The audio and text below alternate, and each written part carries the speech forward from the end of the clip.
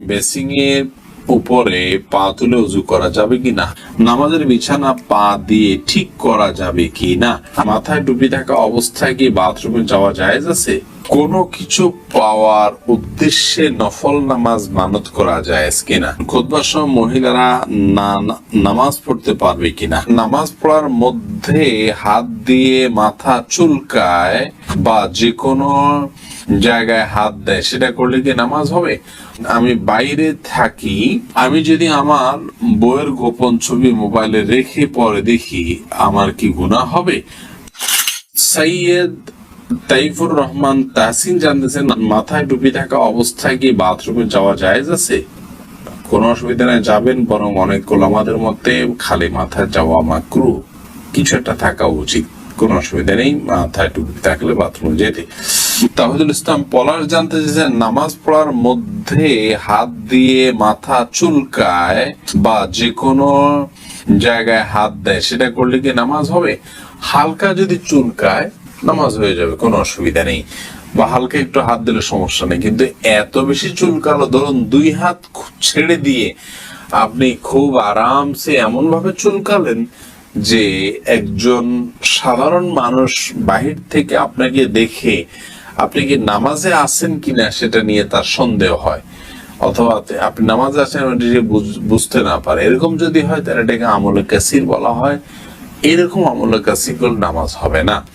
আর যদি আপনার নামাজের যে হাইয়া আছে, নামাজের যে রূপ আছে, আপনি সেই রকম ইয়ের মধ্যে আছেন, নামাজের অবস্থার মধ্যেই আপনি আছেন, বোঝা যায় যে আপনি নামাজে আছেন, সে অবস্থা বজায় রেখে ধরুন হাতে একটা বাঁধা আছে আর একটা দিয়ে হালকা একটু চুলকালেন, মানুষ দেখলে বুঝতে পারতেছে যে আপনি নামাজে আছেন, আপনার ভাবভঙ্গিমা দ্বারা এটা বোঝা যাচ্ছে, এরকম যদি হয় তাহলে এইটুকু চুলকালে কোনো অসুবিধা হবে না, জায়েজ হবে।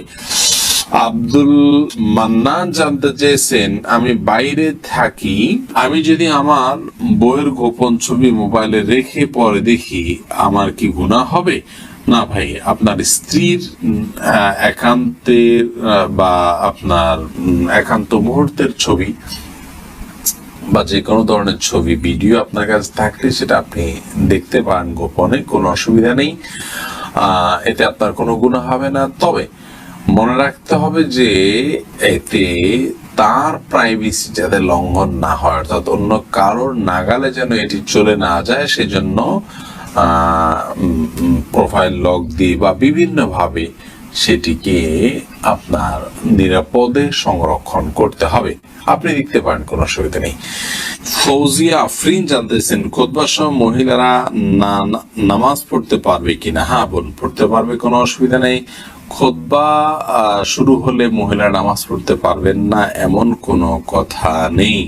ফাতিমা ইসলাম দীপ্তি আপনি জানতে চেয়েছেন, কোনো কিছু পাওয়ার উদ্দেশ্যে নফল নামাজ মানত করা যায় কিনা? হ্যাঁ, হতে পারে বোন ফাতেমা, মানত করতে পারে, মানত করলে সেটা গুনাহ নাই।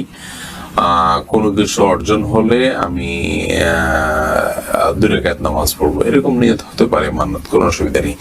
তবে মানত সাধারণত আর্থিক বিষয়ের ক্ষেত্রে হয়ে থাকে, আর মানত না করে ওই ইবাদতটি করে ফেলা উচিত এবং এরপরে আল্লাহ রাব্বুল আলামিনের কাছে দোয়া করা উচিত।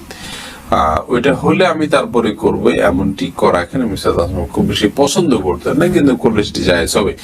তাসলিমা আক্তার জানতেছেন, নামাজের বিছানা পা দিয়ে ঠিক করা যাবে কি না? নামাজের বিছানা পা দিয়ে ঠিক করতে কোনো অসুবিধা নেই।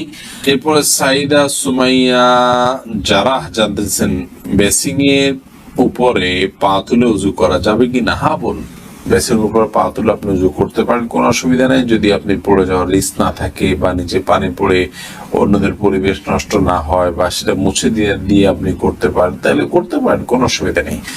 তবে পাবলিক প্লেসে এরকমটি না করা উচিত যদি বিকল্প কোনো ব্যবস্থা থাকে, কারণ সেটি দৃষ্টিকটু এবং অনেক সময় সতর লঙ্ঘন হতে পারে বা দেখতে খারাপ দেখা যেতে পারে, অন্যের অধিকার ব্যাপারটা সেখানে থাকে, তো সেই জন্য এমনটি না করা উচিত পাবলিক প্লেসে।